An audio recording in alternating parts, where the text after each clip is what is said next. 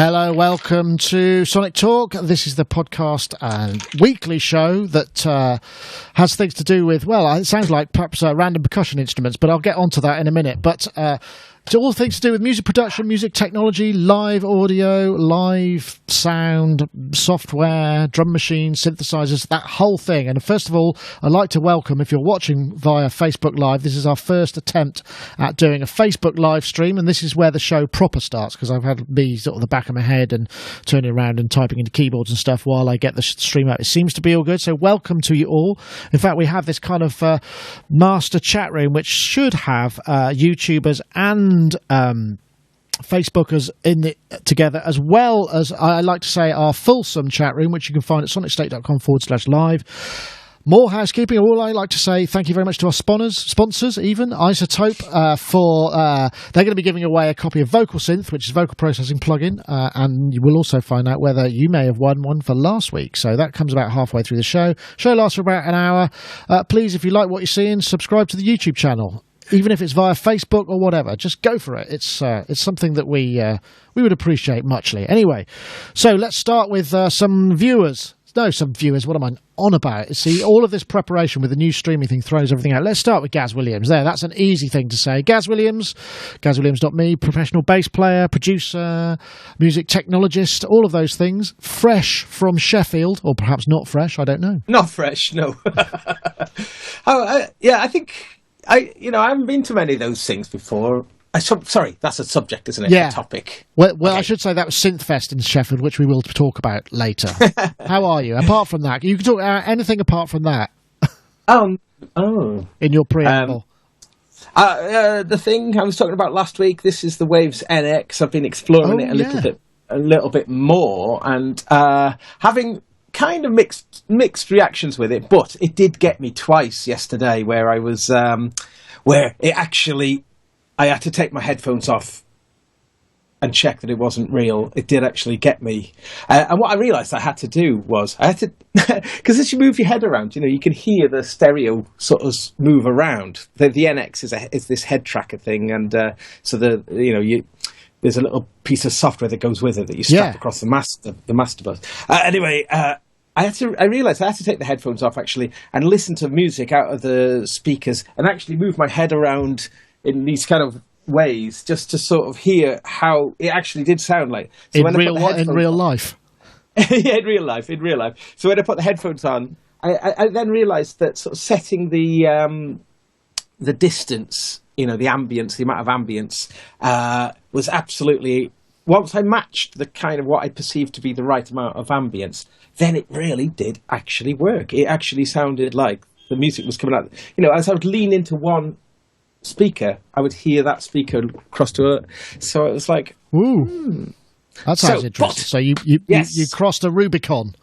Yeah, but the musical value of that, or how that actually sort of translates to mixing and mastering and those kind of things, which I'm kind of interested in, late night work, headphone work, we'll have to see. So watch this space. Well, thanks very much for the update. We'll also come to, we'll stay in the UK and we'll go to, that's not Andy Shillito. Dave said that Andy Shillito might be on, and I thought his lower third had Dave Spears and Andy Shillito on it, and this is Dave Spears from G4 Software, who currently is babysitting in his own property for someone who hasn't shown up. But I appreciate you coming on, Dave. How are you? G4 Software, of course, makers of fine software instruments and transporters of epic vintage synthesizers, because I think you took some up to Sheffield SynthFest as well, right? Which is very brave of you. Yeah, we didn't want to do that whole, hey, look at us, we're selling loads of stuff, all that nonsense. So we had a bit of a poll, and the 8-voice one, it was a CS80. It was a choice between CS80, the Jupiter 8, the Prophet 10, and the 8-voice. Yeah, CS80, forget that, right? Well, actually, that was an incredibly close second, and I was relieved that it didn't win because it developed an issue the night before, as these things are wont to do. Anyway, the 8-voice survived the journey.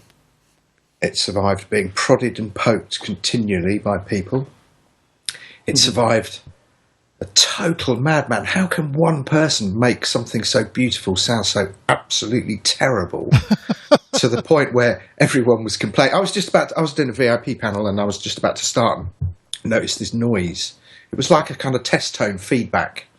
And Chris went looking for it, went round all the other booths and found that it was our booth. It was just a bloke. So yeah, and then it survived the journey back, and then I put it in yesterday or the day before, I can't remember what. It's a bit of a blur, and yes, it works. I am so glad to see. I had a visit yesterday from Marc Doty, who was also. This is a bit of a SynthFest special, but not by design. He came down here, and also Simon Forsyth, who drove up to pick up something that I'd sold him. I sold him a HPD 10, I think, the hand sonic thing, and HPD 15. HPD 15, and he picked that up. But he also brought along an Oberheim 2 voice, which I just said, have a listen to that, and it was honestly. It was spiritual. I just absolutely love the sound of that. And the one thing I did notice is everything's really firm on it. I mean, it's like 40 years old, but all the pots feel kind of they almost feel like too resistant, like you're going to break it somehow. They're very, very tightly kind of set up. So, I'm not surprised. It's a beautiful instrument. I can't imagine. You know what kind of year I've had. It's just been a nightmare, and I've kind of walked in here regularly and, just no mojo at all. It was just gone. And I was coming in feeling incredibly guilty that, I was just using some of these things for work and there was no real pleasure in it. And I thought, I have to sort of sort this out. And after a while I came in and I thought, I'm going to force myself to use one thing and one thing only. And I used the 8 voice and... everything. In fact, my wife said the following day, you've started humming again. I posted it as a video and loads of people have liked it. In fact, it got resurrected the other day. But Louise said, you've started humming again. And I was like, it's that instrument. And better have a shower. Hey! Actually, I met a trombonist at the weekend and he said, okay. I said, if you do the slide, I'll do the cymbal. And he went... That was at a wedding.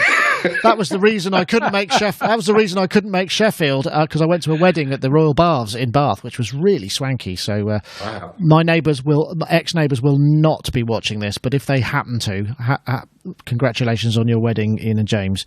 And it was it was an awesome event. Anyway, we've got another guest. We've got Mr. Richard Hilton from sunny Connecticut, where he mans the controls for Nile Rodgers and also plays in the disco band Chic. How are you, Rich?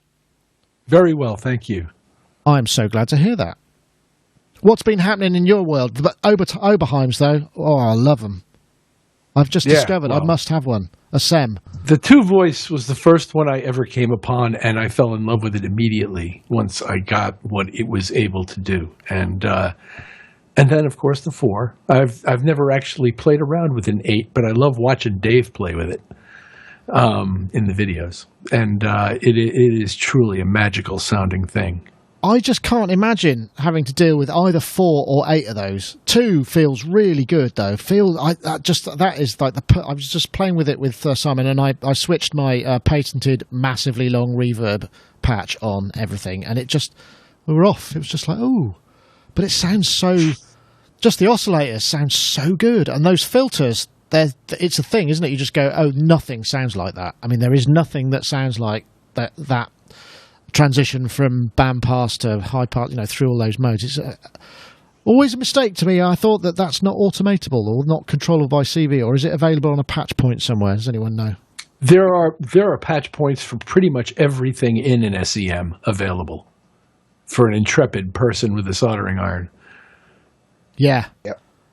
That's something that it's the sound, isn't it? It's the sound. Anyway, we should probably get on with some news and stuff. Oh, this was sad, eh? Wow, Kraftwerk in Bristol. Okay, guys, did you get a ticket? Nope. I tried to get Kraftwerk. Right, my partner spotted it and she said, "Oh, you should try and get a ticket." I thought, yeah, I should be able to get a ticket, no problem. So I queued. I got there not physically on the website, and it said you're 93rd in line. I thought, brilliant, I got it. Nope, sold out. I was like, oh no. And then matter of minutes later, these were the tickets, I think, were 48 quid, which is eminently reasonable to see a band like that. And then minutes later, they were going for 450 plus. That's the cheapest. 12 of your friends to the grand tier box. You could buy the box for 6,600. I mean, it's just mind-blowing. I don't know. Rich, you saw them, didn't you? Have you seen them quite recently in their recent tour? Well, I saw them in, I believe it was 2013 or maybe 2014 this at century. Mogfest in Asheville. It was in Asheville in North Carolina, and they were playing and we were playing. And I had the chance to see their show and loved it. It was really fun. It was great. Took pictures, enjoyed it. Sounds fantastic. I don't want to rub it in because I know you didn't get a ticket, but it was. No, I can't believe it. It was fun. Ty got one, and he said he was good. He was further down in the queue than me. I suspect what I did is I was queuing and then I didn't look, and it went past, and I just wasn't on it, and that's my own fault. I suspect. I know, Gaz. I bet you. Did you try and get tickets? Nah, boring. Okay, fair enough. No, only joking. What happened? I saw them in 2013 as well, and they were headlining at a festival, and they were doing this thing with the 3D screens, but the screens were quite small. So either side of the stage, like the 3D effect was like, so all the audience were there just sort of squinting, trying to sort of make out these kind of vague 3D images on the sides. But, all these grown men stood around just going, and all these youngsters going, I don't get it. It's a bit boring. It's a bunch of old men just stood there, and then I kind of saw it through their sort of Emperor's New Clothes kind of eyes. I was like, oh, it is, isn't it? I did wonder about that because it's not the. I mean, the light show kind of has to compensate for the fact. I mean, they've never been a kind of emotive type of band. They don't effuse kind of rhythm and dance and on stage vibe. It's all very static and that whole kind of mannequin thing. So yeah, it's a funny. It's a funny sort of juxtaposition of things. I don't know, Dave. I'm guessing you didn't get tickets, did you? Oh, don't tell me you didn't. No, but they called in here on the way. Asked if they could jam around on some gear, and I said no, sorry boys. Yeah, should have booked an appointment. Yeah, if you can't book an appointment, you're gone, and they left. Oh, yeah. So none of that's true. No, I didn't, and I haven't seen them actually. I don't think I've ever seen them. There's only one of them now, isn't there? Yeah, I suppose. Well, I've seen one of them. I saw one of them at Super Booth playing yes. not double bass. Andreas Schneider was playing double bass, and Florian Schneider, who's the kind of slightly nutty, won't really talk to you in anything other than riddles kind of guy, was playing one of those massive educational MS-20s into a guitar amp. It was really weird. It was a very strange, and it was very avant-garde. It wasn't a catchy tune. It was just noise, and but it was a rare privilege, I guess. One of them used to walk around Frankfurt, didn't they? Who was the one with the really distinctive face? Is he Ralph or something? Ralph Huttner. It looked like he was wearing a kind of deerstalker and stuff, wandering around. Nice. Maybe it was somebody completely different that I mistook for somebody. Yeah, whatever. No, yeah, he was going, that's always happening to me. Yeah. I do know of a band who, I shouldn't really say the name, but they got to know them quite well and were like, can we jam with you? And they were just, this is like years ago, and they're just like, no, we do not jam. We do not jam with anyone. Everything is completely precise and done our way. So I know that upset them. That's quite weird, though, isn't it? Because when they started, I mean, they came from that classic kind of German tradition of the kind of hippie jam band, that everything was kind of improvised. Wasn't it Michael Schneider? Schneider played the flute, and it was all very kind of psychedelic. Michael Rother and Klaus Dinger were in the band then, weren't they? And they split to form Neu. So that was like I think that was a major split in the band. And I mean, yeah. So that's the difference between preparation and improvisation. Kind of like it often is on this show, where I am not at all prepared. Anyway, yeah, let's move on. Anyway, so how about this, eh?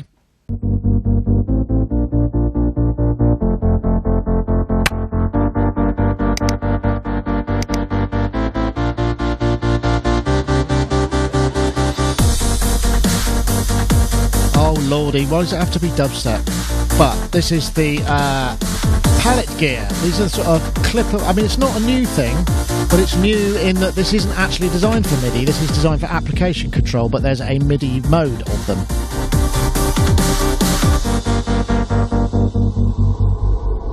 and it did sound quite nice on the headphones. Although, you know, anyway, this is Palette Gear, and basically MIDI mode has been announced, and it's these things are. Let's see if I can find it. Yeah, I've got a web page here.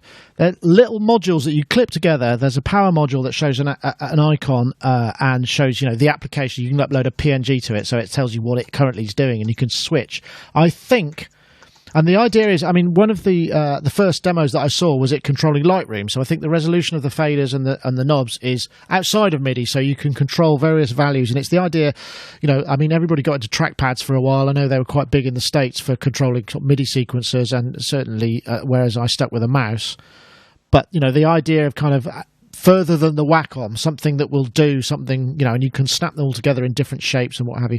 I don't know, anybody got any strong feelings about this? I'll start with you, Gaz, because you got the little Steinberg mini controllers, didn't you, and kind of built, it's a similar sort of concept, but very much geared to MIDI. I mean, this runs on Windows as well, though, which is kind of interesting. Yeah, and I mean, the thing about this is really, though, is just about snapping the bits together. Yeah, they really emphasise that sort of sound. And giving your mates a go at doing the very same thing. Beyond that, yeah, mixed feelings about it. I mean, you know, because I suppose they are very small amounts of controls, aren't they? I mean, you know, in terms of it being just like one control per unit. Is that right? Is there any more than one control? Yeah, but you can buy them individually or in various kits. They come. I think the starter kit is $200 with 2 buttons, a rotary, a fader, and you know, the power module with the LCD thing on it. And then you can buy different sizes, different configurations, add-ons. So, you know, $50 for a this, that, and the other. So, you know, you buy what you need, I suppose. Up to 18, is that right? Ooh, 18, was that what I read? There's somewhere? A man who's actually done some research. Yes, I'll take your word for that. Yeah, so pretty cool, but I'm not sure. I think is that enough control for people? You know, just a maximum of 18 controls? Well, I'm just thinking, you know, for other stuff too. I mean, like the idea, you know, even just, it might be even for video editing or, you know, right. You know, like whatever. A jog wheel, yeah. Yeah, and if you can store separate configurations on them, then you could have a kind of an edit mode or a mix mode, or, you know, from within the same thing. I don't know. I don't think the faders move, which I think is obviously a bit of a downer for some people, right? Well, you mentioned earlier that I am using the Cubase CMC controllers, which I actually love. They're discontinued now, but the one that I particularly love is just like a jog wheel that's got a few different functions. It can be like it could be a jog wheel for moving through the project. Oh, does it do that thing where it controls whatever the mouse is over as well? Exactly. So, you know, actually that whole idea of just having 1 or 2 controls immediately next to the mouse, or immediately, you know, where you don't even have to look, you just reach and control. I can see that working. So, but then you'd still have to have that big power block, even if you only wanted just a single one. Is that correct? Yeah. Well, I wouldn't call it big, but I mean, it's not big. It's not the size of a button or a knob. Yeah. Yeah. Okay. But yes, you would. And then I suppose you could just grow it then, you know, as maybe just have a few functions, and you think, oh, actually, and the idea that you can snap them on and position them around. Yeah, it's appealing. I wonder how it talks to other applications as well, because obviously MIDI's one thing, but if it talks to other applications, you know, like Lightroom and all of those things, I wonder how it does that. And that's kind of interesting, because you might be able to get in and have higher resolution controls of other things, which kind of sounds interesting. But we'll see. Rich, any interest in this kind of thing? I mean, it looks like a beautiful object or set of objects, which is always a plus in my point. It looks like it might be really cool. I like the fact that it's ultimately configurable and reconfigurable, and you can store whole setups across your whole hardware. And even if you move the hardware around, disconnect it and reconnect it, it'll track all that and keep the right settings on the right device. It does a bunch of kind of cool stuff. Some part of me thinks that I don't really want to have to build my console every time I start a session. But on the other hand, it's a tinkering kind of time where people like you have those little Korg synth things that like go together, and people are kind of liking this Lincoln Logs approach to building control aspects of their lives, and I think that's cool. It's fine. It's fun. Yeah, it does seem a bit expensive. Yeah, I suppose so. I mean, it's but I think you're getting, they're aluminium boxes with what appear to be nice controls, but are people prepared to pay for that? I wonder. Right. Compared to buying, something with a similar complement of configurable knobs that's actually one pre-configured device with 25 keys on it. Yeah. Well, and a few pads and a few knobs and a few sliders. Yeah, that's true. That's true. It would be pretty expensive to build, an entire soft sync controller for this sort of thing using this. But I mean, you use Final Cut Pro as well, Dave. I mean, could you see something? I mean, do you have you got any controllers, or are you kind of mouse and keyboard man for that kind of stuff, repetitive tasks and all of those things? Mouse and keyboard. Yeah. Well, all I want to see is some kind of standardization between that and Logic, in terms of key commands and stuff. Well, yeah, but you can... So that I can switch between one and the other and not go, I've just erased everything by using the wrong key command. But don't you configure... That's a really good point, but don't you just configure that yourself? I mean, because Logic, you can customize most of the keys. I mean, I have a set of key commands that I'm quite forceful whenever I go to someone for a new session and they maybe aren't using Logic very much and they don't use it. I kind of say, use these, they're great. It's a really obvious, look, you do this and it's really clear. And then every time I go back, it's something that I know. And I also try and configure the same key commands when I'm using Logic or Vegas for video editing. I mean, the big difference is the cursor stuff. But yeah, that's a good point. It's interesting. I mean, I think what happens with me is that Apple have either got a webcam in here or somehow they've hooked into my computer, and they know that about a week after I set up all my key commands, they'll just come out with a new iteration that just decimates them and changes them completely. I'm sure there's somebody kind of sat there and, he's done it again. Nobble. It's a nobble button. It's like, with that gas, when you're filling up with gas and you're just like, £50, and then they push that button and it's £50 and a penny. It's that button. Yeah, nice. Well, maybe you're right, but yeah, key commands is an important way to go. I mean, if you maybe the thing is this is the sort of thing that people would get if they don't really dig in and customize those key commands, because it's really important to do that, I think, because you can create standards across software if you've got software that will allow you to customize those key commands. I mean, I don't know in Final Cut Pro how much granularity there is, for instance, but I know, you can do that in Logic or Reaper or whatever.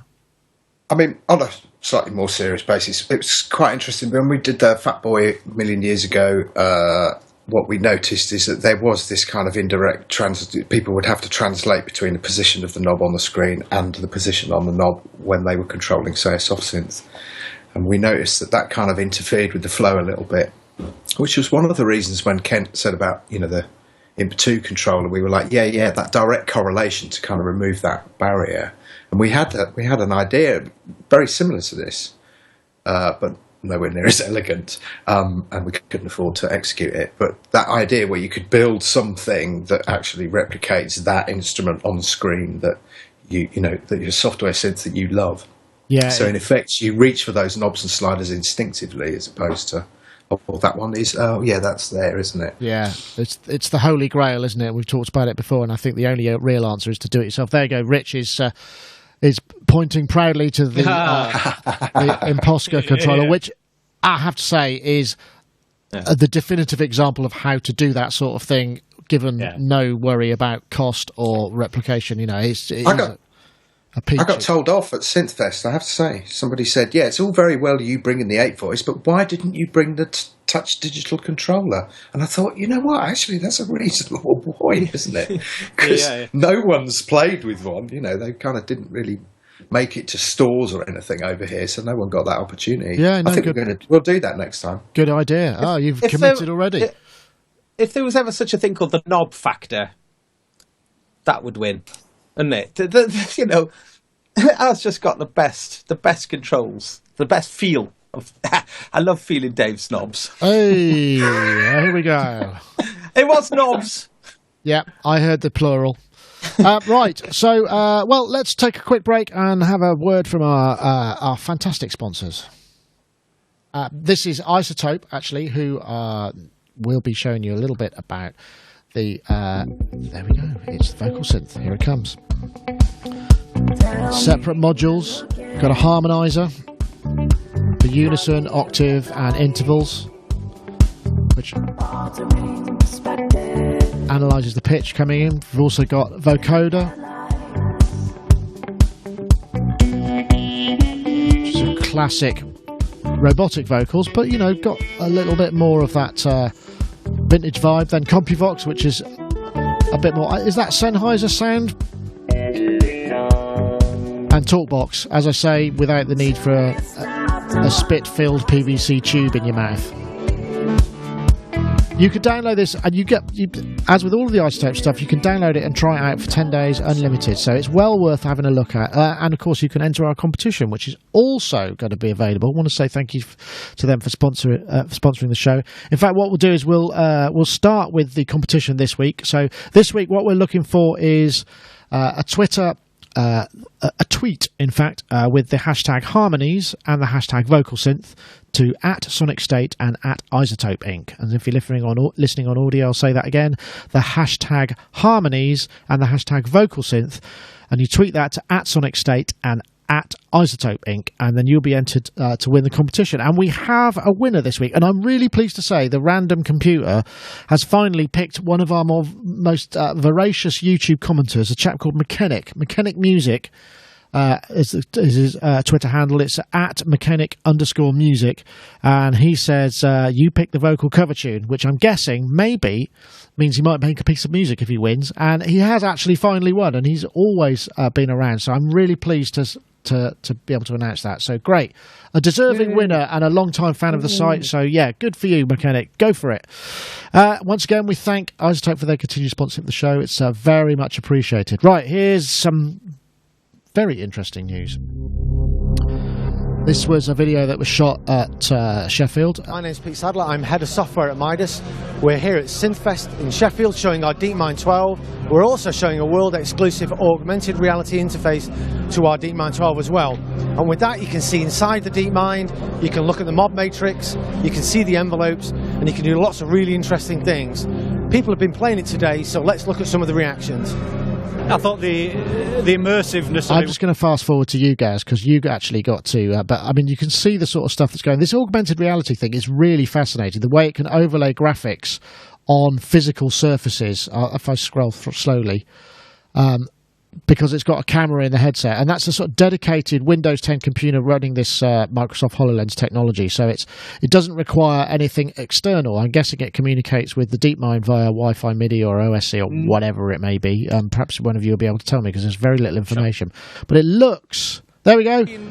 On the envelopes, and I loved it. And then I started to sort of see how that was the way I could really see how the technology could really work, because and adjusting the envelopes there and seeing that heads-up display reacting to it. But it was really nice seeing all three envelopes at the same time, and then you could just toggle between them. I also thought it was interesting seeing keyboard overlays on the keys for like learning keys or learning songs. I thought that was pretty cool too. So lots of stuff in there. Gaz, rocking the HoloLens there. It's a bit of a Bjorn Borg look from behind, I thought. Nice look. I'm going to start with you, Gaz, because obviously you experienced this. I mean, it's bonkers. I mean, the HoloLens itself at the moment is SDK only. It's like $3,000 or something. So, I mean, obviously when it's finally released to consumers, it's hopefully going to be significantly less expensive than that. But you got to see it. What's it like actually interacting with AR, let alone that and a synth? Well, I mean, this was proof of concept, so it was early days, and to that end, it was a bit crude in ways, in terms of the user experience. It was really just a sort of a glimpse. I would call it like a glimpse of things to come, and to that end, it was really fascinating. I mean, some of the things, because the interaction was actually using Leap Motion, so that was how you could. So you're actually. And I've got Leap Motion here, and it sort of suffers from the same things that Leap Motions suffer from as well, in terms of, just to actually align yourself with it and get it kind of working. It's a little fiddly. But saying that, I mean, that wasn't what it was about. What this was about really was just kind of looking at how, well, and as I mentioned in the video, I think the heads-up display aspect of it was far and away the most interesting thing to me, rather than, there's like a laser harp element and things like that, but that stuff's kind of cool. But like the DeepMind has got a really, really interesting mod matrix, and that was the thing I was quite taken with, because you saw an enormous mod matrix in front of you. So, you know, with a complicated synthesizer, being able to have that big viewable architecture that you can look around it and then, you know, I guess interact with, but not even interacting with, just seeing what's going on. Right, so examining a patch. Right, okay. Yeah, I thought that was super cool. But I mean, it was very, very interesting, and also I think it was a brilliant idea to demonstrate it in conjunction with the DeepMind 12, because, you know, if you're playing stuff with the arpeggiators and then interacting with it, you know, it was a good way of exploring the synth as well, which is super impressive, I think, personally. But yeah. I think what's interesting about this is it's kind of the first time that probably any of us have been touched by this, you know, because usually what you're seeing is gaming and kind of that side of things. You don't really see a potential musical application for that kind of thing. And I don't know whether that's something that appeals. I mean, because you could see this maybe working with mixing or other things. I don't know. What do you think, Rich? I mean, do you think there's a kind of, I mean, it's a bit minority report and all of that, but is there something in there that kind of sparks interest? Yes, there is. And here's what it is for me. Since the introduction of basically synthesizers that are run digitally, in particular, behind an analog faceplate, we've been plagued with the problem that trying to operate this staggering number of parameters, looking through this tiny, tiny little interface view, makes trying to conceptualize what you're doing a lot more difficult than that modulation matrix page I saw in the video that Gaz was in from the SynthFest, where I can imagine now being able to much more quickly and easily affect changes and get from place to place within the architecture of a very complex signal path without actually having to go stepping in and out of menu structures in order to get between the two things. There's been a lot more of that addressed in the last, 15 or 20 years anyway, and I understand in the hardware, but I think that this is a possibly very significant advancement if it's well implemented and if the headsets that play them back become sufficiently reasonable in price. Yeah, I mean, that's the thing. I mean, we don't know what the final price is of this. But yeah, that's a good point. I mean, I know, Dave, obviously you straddle the gap effectively, because, you know, you've got all of that lovely hardware there, which is knob per function and what have you. But you also have software, which, you know, is again, but still, you know, you can't grab 3 or 4 controls very quickly and change them unless you've got a hardware controller. But the scale of it, that seems quite appealing in many ways, right? Yeah, I didn't spend very long on it. Oh, did you experience the HoloLens thing? The chap asked somebody to get off so that I could have a go, and I didn't feel comfortable with that. And I didn't want to look too much of more of a knob.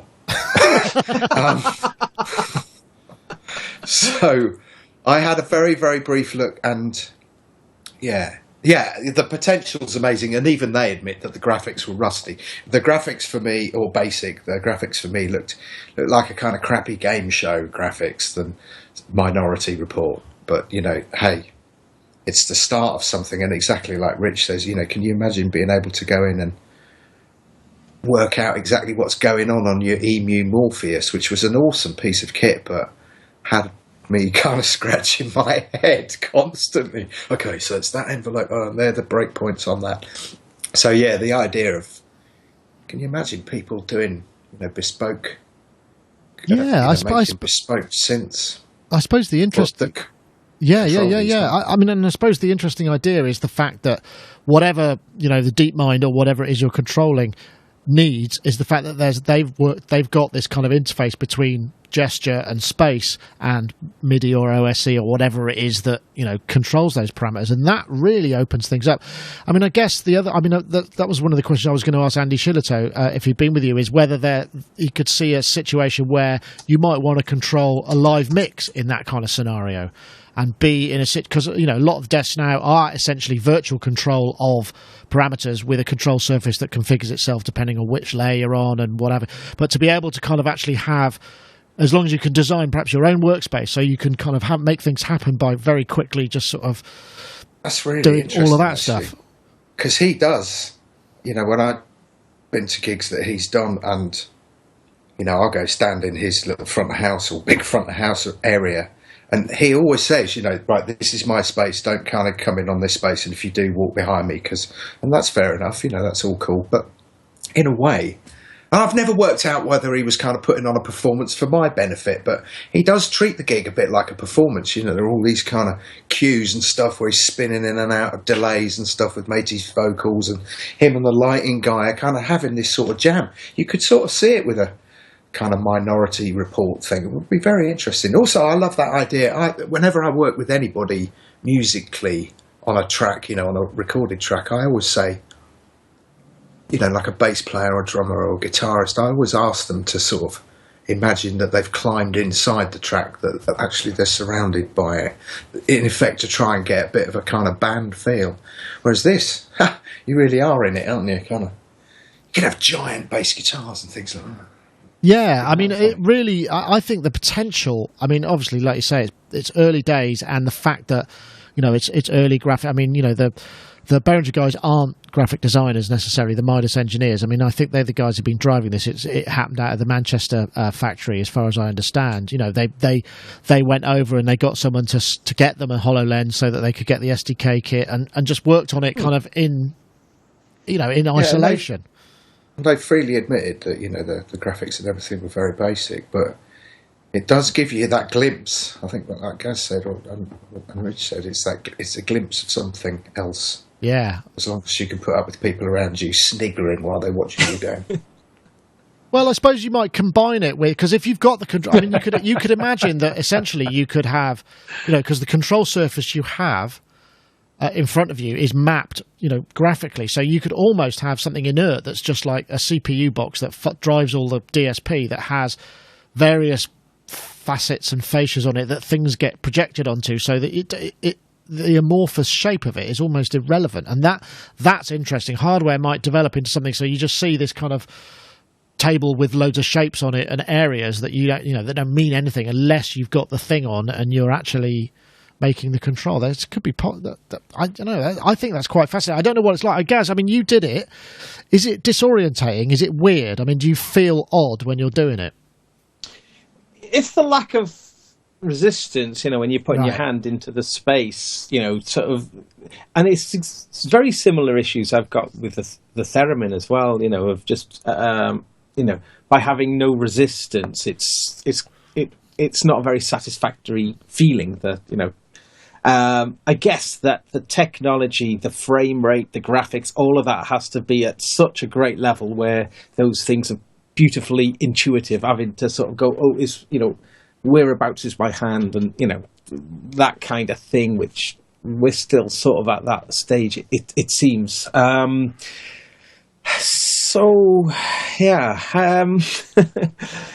were joking about D-beams, just going, actually, yeah. Well, couldn't you just have a bank of D-beams, Rich? Yeah. I'm not as interested in this as a performance medium, although there are people who will be, but more as if I can see an entire complicated synth paradigm laid out before me as a single screen that sort of, for kind of the way Yuhi does it with their software synths anyway, except you can basically just reach out and grab things and connect them and treat the thing like a single screened instrument. That would be a huge boon to me. That's all I'm asking for. Yeah. I'll tell you where I think this could really win. It's something like the soft tube modular system, where it's actually quite hard to orientate yourself because you're looking at it through a screen. Whereas if you've just got a big pile of modules and a bunch of cables, and you're effectively what feels like physically connecting things. I mean, not actually with resistance, but it's much easier to maybe visualize that way. Yeah. Well, for a lot of tasks, I take Gaz's point, which says that having the resistance of moving something that feels physical is a benefit to your ability to control it. Yeah. As the difficulty with theremin. So in the case of console paradigms where you're mixing. This sort of already exists in the existing digital console paradigm because you can assign any number of channels to these 8 faders in front of you and work the entire mix from those 8 faders if you choose to work that way. Yeah. Or if you want to lay it out across But 72. like you say, you have got a physical interaction with it, haven't you? Yeah, and there's resistance, and there's there's physical touching involved. This imaginary touching thing is. That's a great show title right there. I'm going to go with that. Imaginary touching. I like it. I guess the thing is, if you were really good at Tai Chi, you could imagine that being, what's the Chinese thing where it's all about movement in space, something like that. Tai Chi. It is Tai Chi, right? Okay.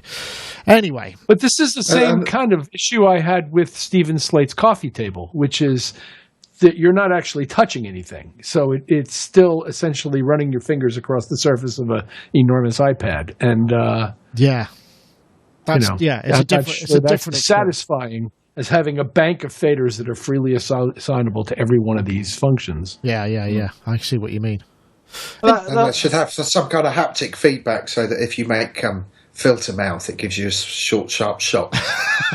That's almost, but that's not fair because that's almost impossible for many of us. So, I'm suffering from trill chin at the moment. Every time I'm trilling, my chin is... I just can't stop. So if anyone knows the cure to trill chin. Trill chin, that's another great title. What was the other one? I've completely forgotten it already. That just shows how my short...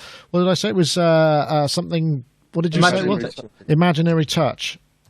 Sounds like a Genesis album. Yeah. Yeah, okay, I'm writing those down. There we go. They're in. Okay, right, next. What was this one? Let's do this one. No, that's not the one. What am I talking about? Sorry about that. This is the Positive Grid. So this is... it's kind of new approach to something we've seen before, which is kind of essentially DSP and a pedal.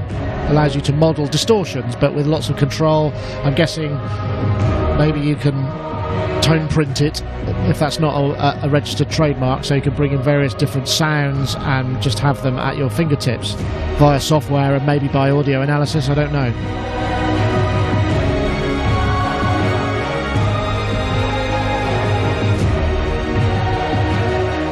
Oh wow, actually design one like that? No, really? That looks interesting. Not much distortion or guitars in the soundtrack to that particular video, but we were talking about this as a possibility, this idea of all these great plugins being able to put them in some hardware so that we didn't have to take a computer on the road. I'm going to start with you guys because you play a thing with strings regularly. Positive Grid, they make some really good algorithmic stuff for amp modelling and pedal modelling. So, they've got pedigree, but, so did Line 6 and so have TC, right? Well... Not that much of a pedigree. I mean, they've only been around for a few short years. I mean, their first, as far as I know, their first forays really was the Jam Up app. In the early days of iOS apps and guitar, when there was a whole slew of amp modeling solutions, and Jam Up seemed to be really good. And then they took it up quite a notch when they introduced the Bias amp modeling software that we covered on an old episode of Sonic Touch. Yeah. And now they've moved across into the hardware business. They started doing amplifiers first, so now they're moving into... Well, actually, before that, they started doing Bluetooth foot switches. So that, I think, was their first hardware foray.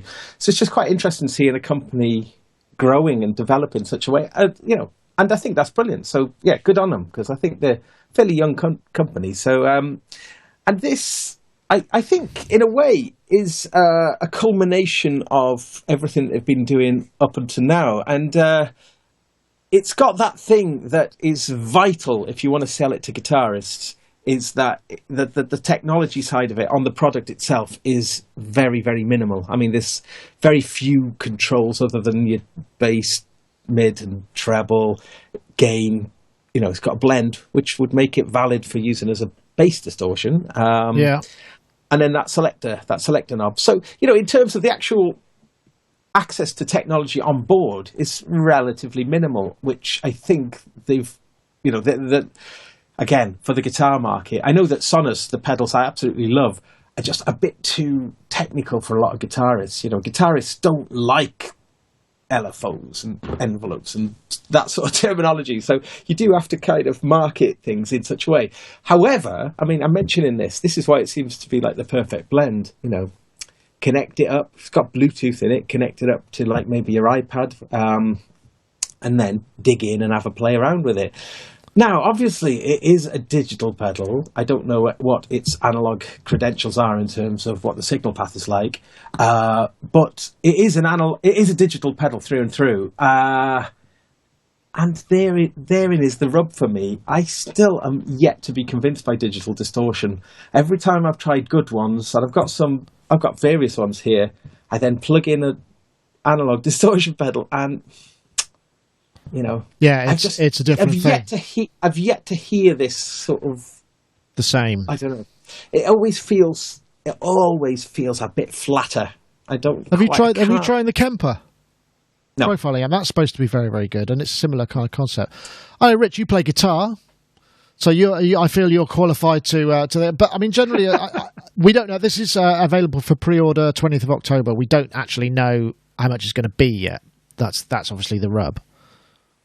Well, it's funny you raised the word Kemper because I thought this was sort of the Kemper of distortion pedals. It professes to learn the characteristics of existing distortion pedals and be able to accurately apply them.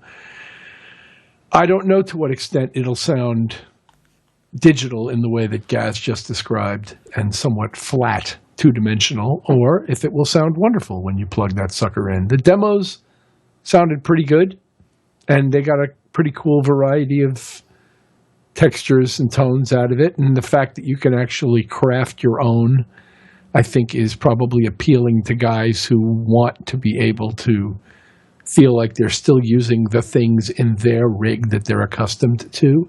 So you have a better chance of selling its versatility to a guy who feels like he can just sort of sample, quote unquote, his distortion pedals into this thing and have them available all under one roof.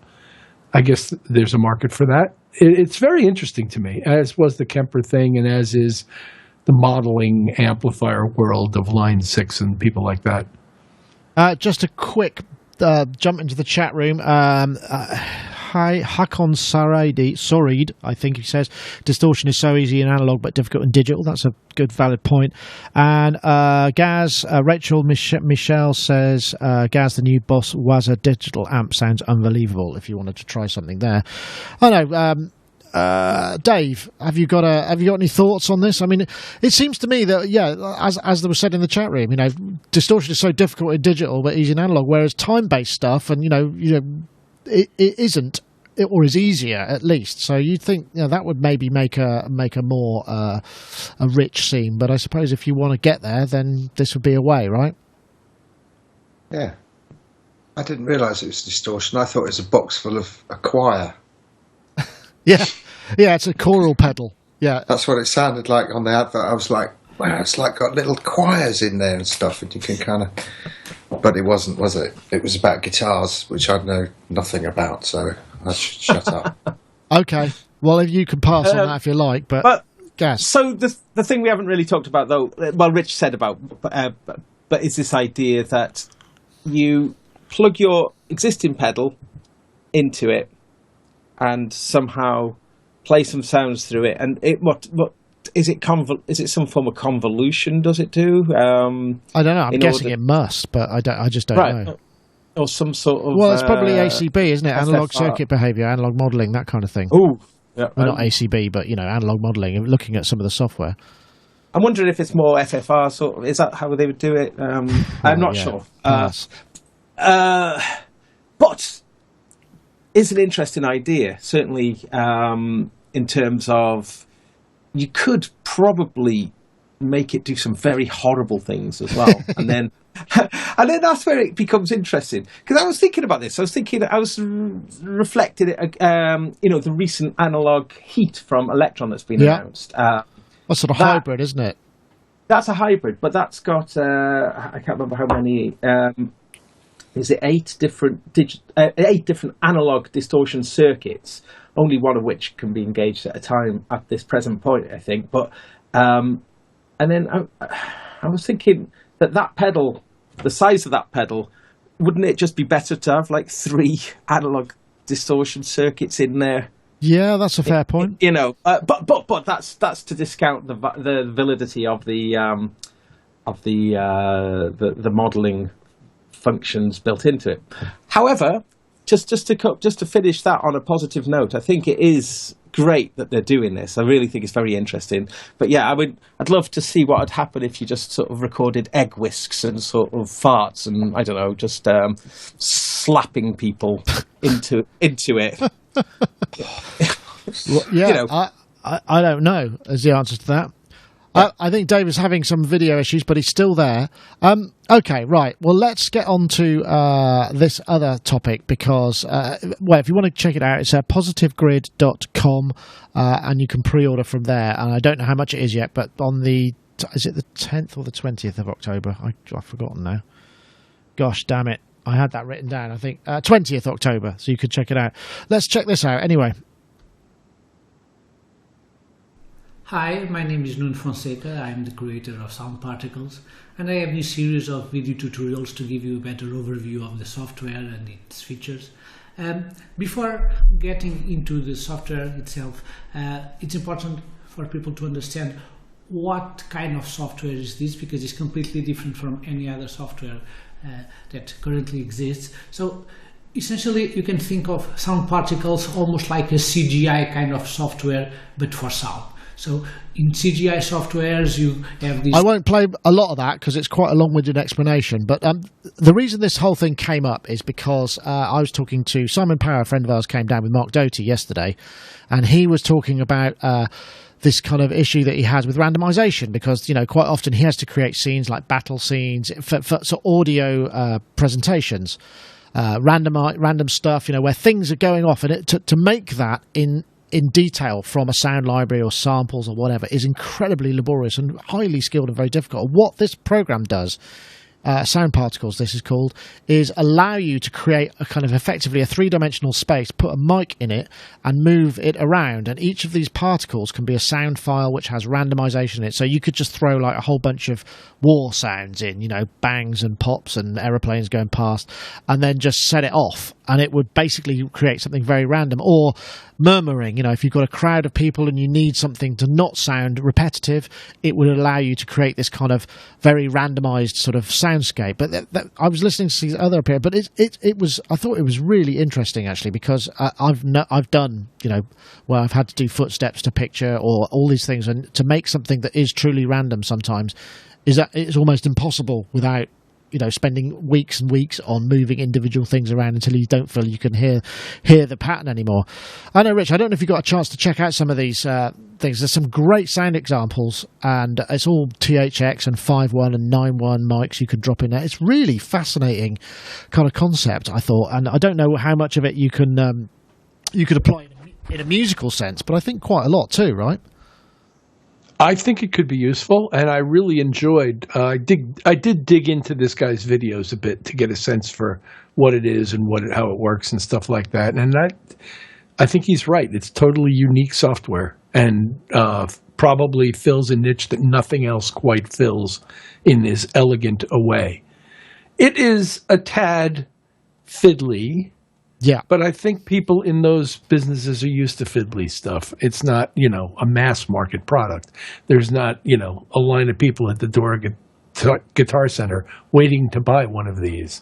No, but, sure. But for the people who need to be able to do that kind of thing, yeah, I thought it was brilliant, and I really enjoyed his demos, and it looks like it would be really fun to play with. Let me just play this pitch shifters demo, because this is where you kind of start to hear the true kind of classic. Let's see if I can get it to play.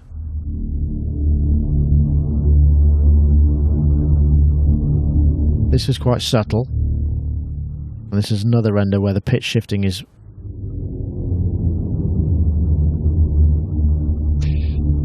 Oh, I mean, you know, it's a lovely sound and all those things. I'll tell you what it reminded me of, Dave, whose video has gone.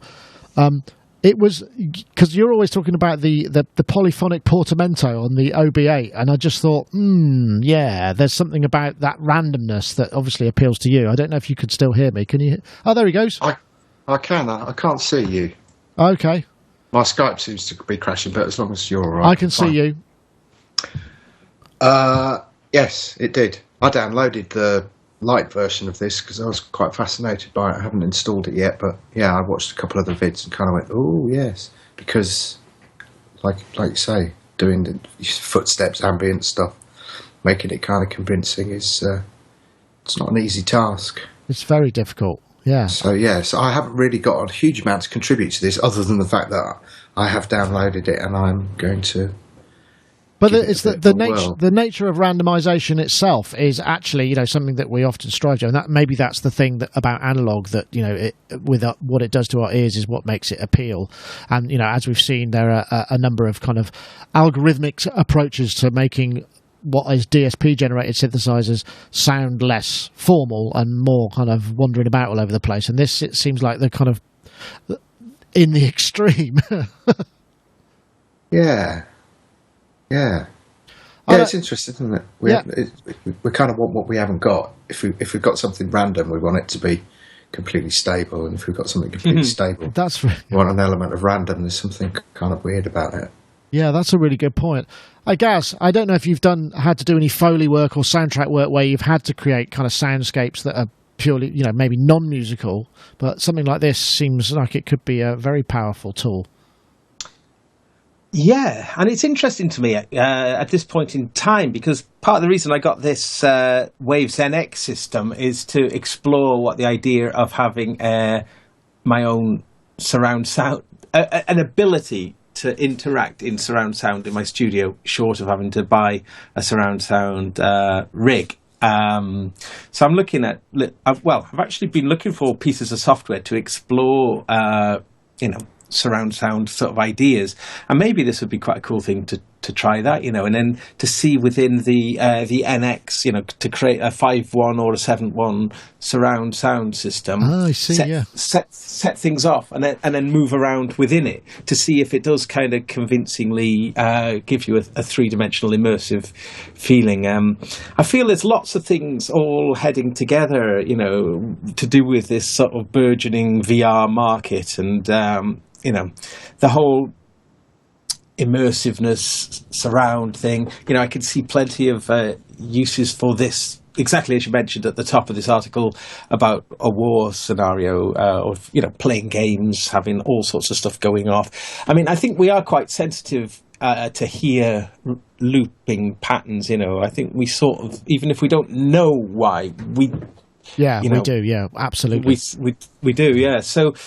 I do love playing with randomization. I was doing it yesterday with Robbie Bronneman on the OP1, doing just using the little random LFO that say you point it at the effect, it'll just randomize all the effects. I mean, it's algorithmic randomization, is that right? I mean, it can't be truly random, but it's there is something very engaging to the mind hearing this, absolute randomness. So, interesting stuff. Again, it seems to, as I say, yeah, cool. It's lots of the subjects. It's not a cheap bit of software. It's like $249, but you can check it out. You go to sound-particles.com and go.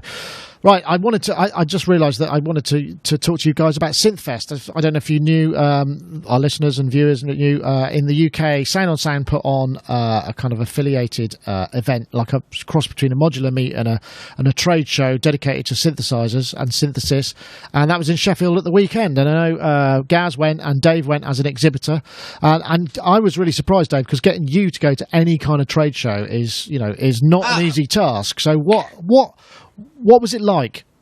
It was very good. It was very enjoyable. I kind of went as 3 things. I went as an exhibitor, obviously with the G4 stuff, but we shared a booth with the iMonster guys, and Bright Sparks was shown at some point during the day, although I was supposed to do a little pre-talk for that, but I didn't know where it was shown, so I don't think many people went to it. I think Chris went in there and said there's about 3 people who were very, very interested and nobody else. And then I was chairing a VIP roundtable panel, which was very, very good fun. So it was kind of a bit mental for one day. We drove up the day before. We picked Marc Doty up from the airport and then drove him. We went to see the Strictly Electronic guys, the Mellotron guys. So that was all great. That was a kind of really nice social, good chat. The journey disappeared, and then we went to Sheffield, and then we set up, and then it kicked off at a very civilised time. It was about 11 o'clock on a Saturday. And we really do pick our shows very carefully. But I kind of, because of the 3 elements of this and the fact that, the I Monster guys are Sheffield, and it would be a really good time to hang out with them. It was really good. There was a lot of... I'll tell you what completely blew me away was when I was doing the round table, you have to bear in mind that most of the other hall, I think we might have been the only kind of software people, which is why we felt like we had to take a piece of hardware along just to kind of join in the gang. But there was loads of Eurorack people. I got the chance to check out the Behringer, which was great. Robbie introduced me to those guys. That was cool. But tons and tons of Eurorack. So I had slanted the VIP, the round table discussion, towards Eurorack modules. In fact, I did make the DX7 joke, but just translated it to Eurorack, which I won't repeat here. But at one point I asked the audience and everyone on the panel, so who's got a Eurorack system? One person in the audience and one person on the panel. That was totally bizarre. That was the Vile Electrodes girl, Jane, who was brilliant. And then we had Dean Ramirez, who's produced some Underworld tracks on there. This guy, Richard Formby, who's done like Spaceman 3 and whatnot. Dean Honer. And this guy, Stephen Singleton, who was part of ABC and vice versa. And this band that I loved in the 90s, Bleep and Booster. And the latter was, they were all great, but the latter was just unbelievably, hilariously dry. He blew me away. He quietly said to me before we went on, I'm very nervous. And I was like, no, we're just going to have a chat, let's talk about synthesizers. We're all good at that. And my last question to him was, well, it was to everybody, what would be your desert island synth? And he was just like, well, there was a synth called a microwave, wasn't there? And I don't think I'd want a synth on a desert island called a microwave. I think I'd want an actual microwave. And it was brilliant because he took the mickey out of me for being a namby-pamby southerner. And it was very, very good. Now, whether it was very good because for us, it gave us a chance to, meet loads of people that we've engaged with over the years via email and Skype and whatnot, and all of a sudden you're kind of chatting with them or having lunch with them or a beer with them. Whether that was a major part of it, I think it may have been for us. And I kind of said on the way back, maybe next year won't have that sort of magic to it. The fact that Gaz and Robbie turned up as well, that was pretty hilarious. And I have to say, there was so much love for this podcast. Yeah, people coming up asking for us, not you, Nick, us. Can I have my picture taken with you and all that kind of stuff? And this one guy was a pyrotechnics expert, and he was like, and I used MIDI to set off the pyrotechnics. He does it Glastonbury, and I think what happened with him, he comes from an art background. But he started listening to this podcast because he wanted to know what else he could do with MIDI. And now has kind of, got into music and obviously done the whole Eurocrack thing. And it was really fascinating talking to, this huge cross-section of people. But for me to think that the Eurorack market is totally saturated and then to ask that question and to have, just the odd show of hands was like, wow, it's got... there's a huge potential audience for it out there. Anyway, well, that sounds like a lot of fun. If I come to you guys next, because I know Rich unfortunately couldn't make it as myself, so I'm keen to hear your experiences. But it's great to be amongst people who know you for your work online, and you can, it's a great.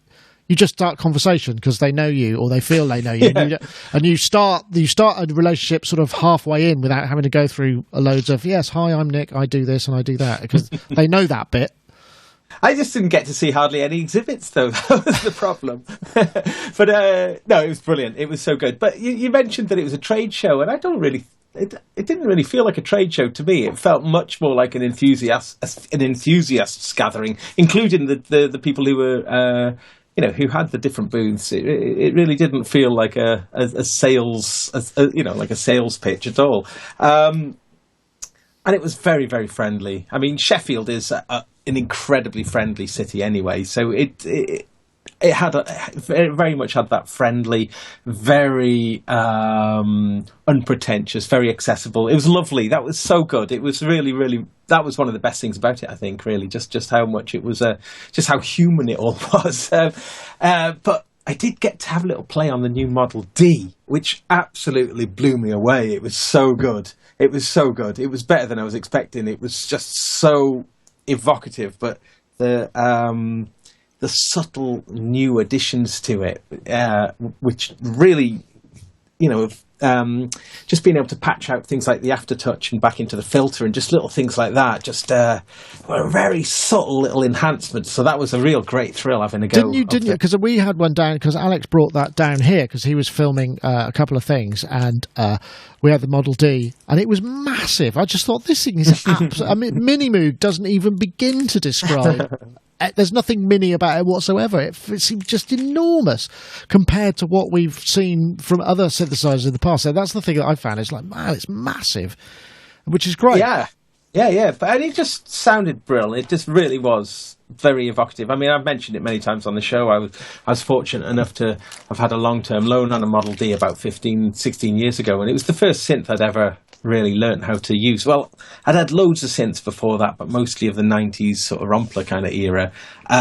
And that was the first synth I could really understand, and it just felt so good. I was always disappointed with the Voyager, and when the Voyager brought out the Voyager Old School, I thought, but seeing that now, because amazing. So yeah, that was one of my personal favourite things from an equipment point of view, was just having that hands on. But the event itself, as I say, was it was very well attended, and this was something that I was thinking this would never have happened 5 years ago. I don't think in Britain. I think it was really indicative of this sort of this lovely growing community, and and also the amount of people who said that Sonic was a real kind of galvanising part of this coming together of a community, I thought was fantastic. Well, that's nice to hear. I mean, I think obviously Sound on Sound brand had a massive amount to do with, obviously, because they're just. Did anyone see Matt Berry and ask him if he'll ever come on the show? Because that was one thing I wanted. I will. Yeah, I spoke to Matt. Matt and I imparted just a couple of secrets. That was brilliant. But I'm in contact with Matt quite regularly. I will ask him, though. I will. Excellent. I will. There's something I need to talk to him about. In fact, he's possibly going to acquire a mixing desk off some mutual friends of Gaz's and mine. But,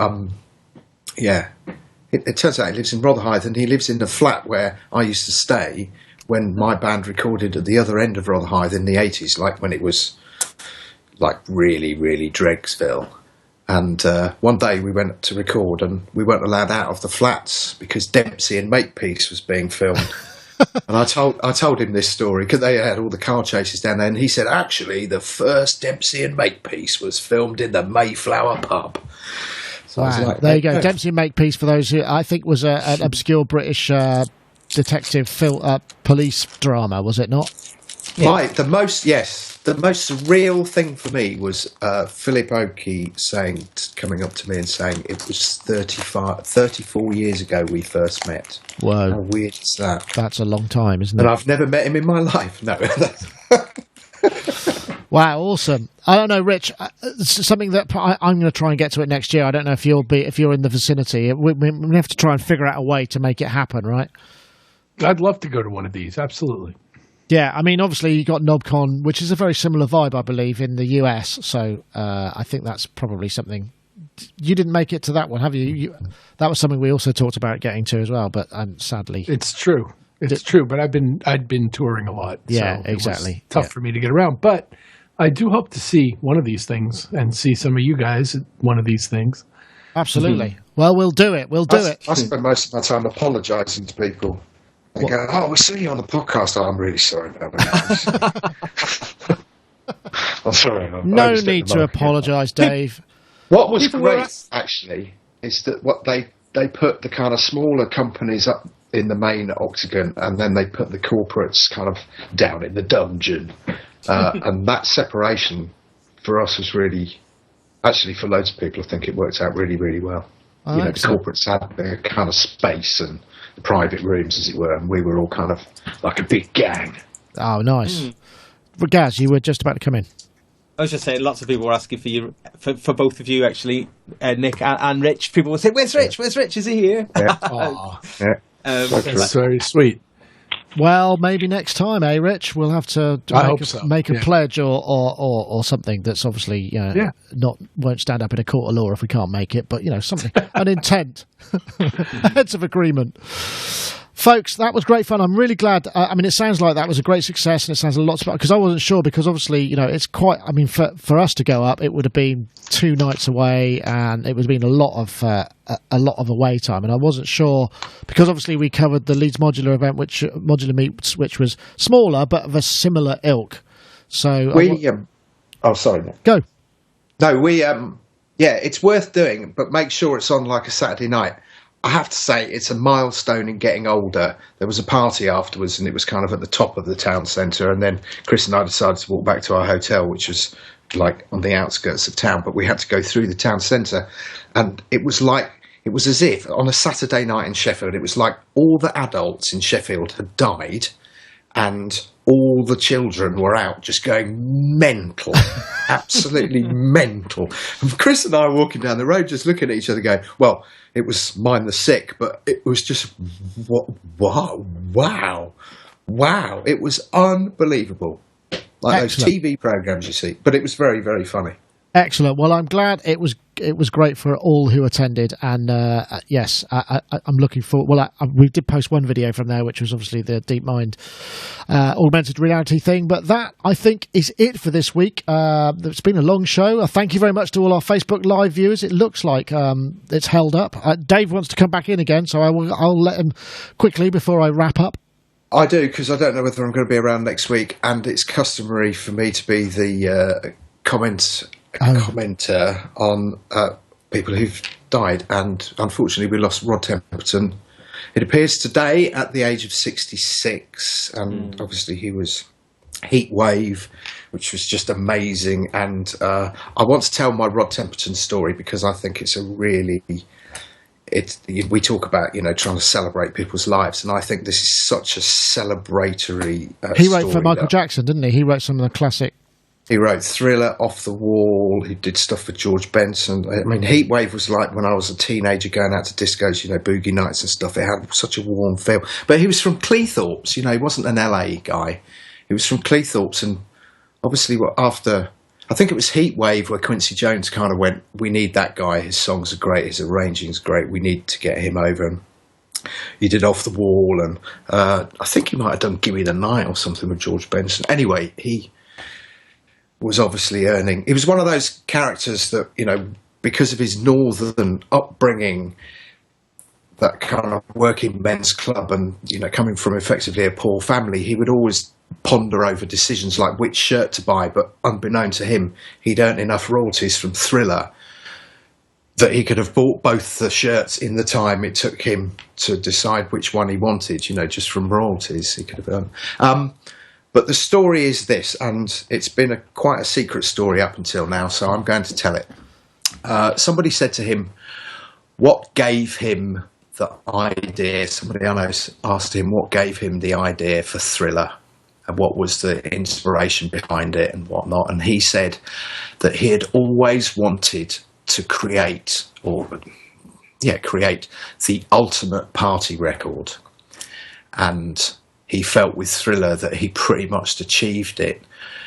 But then he asked the guy, so what, in your opinion, is the ultimate, was the ultimate party record? And he went, well, I come from, up north, and it's a working men's club and whatnot. What is the ultimate party record? And I'm going to ask you guys this. Ooh, it's at what year was this? Just legendary. What is a legendary? Black Lace. Okay, it's not far off, actually. You're not far off. Think of the cheesiest party record. The Birdie song. Okay, the conga. Da, da, da, da, da, da. Right, now remove one of those bass lines, remove one of those notes from the bass line and think of Thriller. Oh, good grief. That's brilliant, isn't it? Yep. That really is, isn't it? Dun, dun, dun, dun, dun, dun, dun, dun, dun, dun, dun, dun. Oh, yeah, brilliant. That's awesome. Inspirational. Brilliant. Dave, thank you so much for that. I mean, obviously, sad day for, condolences. I think the one thing, from what it looks like, is, it was a very short period from being okay to being ill and it all over. So in some ways, that's some kind of blessing, if there can be anything you can take from these kind of things. But sad, for sure. But what a great... Are you familiar with the conga, Rich? Of course. Well, there we go. There you go. You would never, ever listen to Thriller in the same light. No, I suppose not. But that's bizarre, isn't it? Anyway, thank you so much, guys. Thank you very much, everybody, for joining us. Quickly, before we go, I should just say, yes, you can enter to win a copy of iZotope's Vocal Synth. You want to tweet the hashtag Harmonies and the hashtag Vocal Synth, one word, to @SonicState and @iZotope Inc. That's Harmonies and Vocal Synth as hashtags to @SonicState and @iZotope Inc. But now, say goodbye to everybody.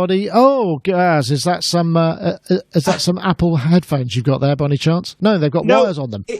It's a heads up. It's just a heads up for any OP1 owners out there. These are the official OP1 headphones that are all in the same. And they were really expensive, and I never was that interested in them at that price. But they're 16 quid. They're normally like 60, 70 quid, but they're 16 quid on Amazon at the moment. So if you've got an OP1, Robbie Bronneman came over yesterday. Said, "Hey Robbie, look what I got." I opened up my OP1 case. I pulled him out. He pulled his phone out. He just straight away wanted to see what they were like. So it's just one of those things. To buy one. Okay. I'm only merely mentioning it because OP1 fans have a strange, it's quite a love affair, and this is So they're just like dirt cheap at the moment. So yeah, just a little heads up. Thank you, Gaz. Thank you for joining us. GazWilliams.me. We hope to see you again very soon. Thank you for joining us, as I say. And, of course, also Rich Hilton, thank you for joining us too. I hope you have a very productive day. You off to wax hotties and top the charts. As many hotties as possible. Excellent. Well, Rich, it's been a pleasure as ever, so thank you for joining us. Thank you, guys. Had fun. And also Dave Spears, not Andy Shillito as it says there, Dave Spears, gforcesoftware.com. Thank you very much for your contributions. I hope we keep saying this, we must be in the same physical space together and go to a pub. Yeah, we're going to do it. In fact, we're going to try and get down while Mark's here, but unfortunately, we can't. But yes, we will. Thank you. Thank you very much. No problem. Well, that's it for this week. Thank you very much, everybody. Thank you, as I say, once again, to the Facebook Live viewers. Thanks to those on YouTube Live, and also thanks to those in the chat room. Don't forget, if you enjoyed the show, subscribe on YouTube. We've got lots of other stuff going on as well, not just Sonic Talk. We have interviews, reviews. In fact, I've got some really exciting interviews coming up, I hope, if they work out. So, we'll see you next time. That was Sonic Talk number 466. Bye-bye now.